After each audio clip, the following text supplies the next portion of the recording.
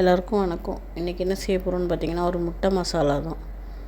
தோசை, சப்பாத்தி, இட்லி, சாதம் எல்லாத்துக்குமே தொட்டுக்கலாம். அதுக்கு 4 முட்டையை எடுத்து அதில் கொஞ்சமாக மிளகு, ஜீரகத்தூள், கரம் மசாலா, உப்பு, மஞ்சத்தூள் போட்டு நல்லா பீட் பண்ணிக்கணும்.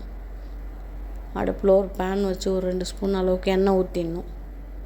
எண்ணெய் ஊற்றி நம்ம பீட் பண்ணி வச்சுருக்கிற முட்டையை அதில் ஊற்றிடலாம்.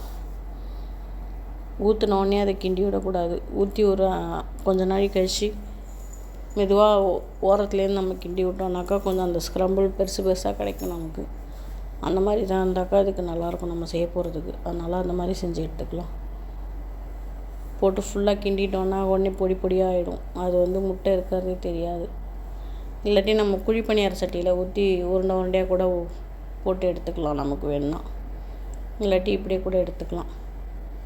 நல்லா வெந்தோடனே எடுத்து ஒரு தட்டுக்கு மாற்றிட்டு பேனை வச்சு எண்ணெய் ஊற்றி தாளிக்கிறதுக்கு கருவேப்பிலை மட்டும் போட்டால் போதும். வெங்காயம் பொடி பொடியாக நறுக்கி வச்சுருக்கோம். ஒரு 2 வெங்காயம் அதையும் போட்டு நல்லா கண்ணாடி பதம் வர அளவுக்கு வதக்கினா போதும்.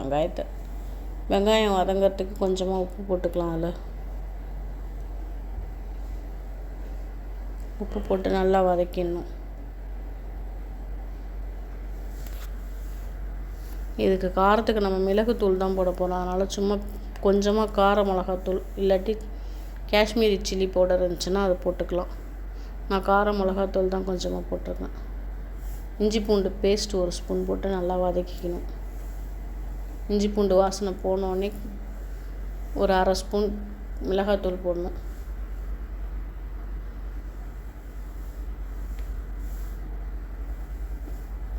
மஞ்சத்தூளும் கரம் மசாலாவும் போட்டுக்கலாம். ஒரு ஸ்பூன் போட்டு நல்லா வதக்கிட்டு ஒரு பேஸ்ட் ஒன்று அரைச்சி வச்சுருக்கேன். அதுக்கு என்னென்ன போடணும், இந்த பேஸ்ட்டுக்கு என்னென்ன போடணுன்னு பார்த்தீங்கன்னா, சின்னதாக இருந்துச்சுன்னா 2 தக்காளி, பெருசாக இருந்துச்சுன்னா 1 தக்காளி கட் பண்ணி போட்டுக்கணும். கொஞ்சமாக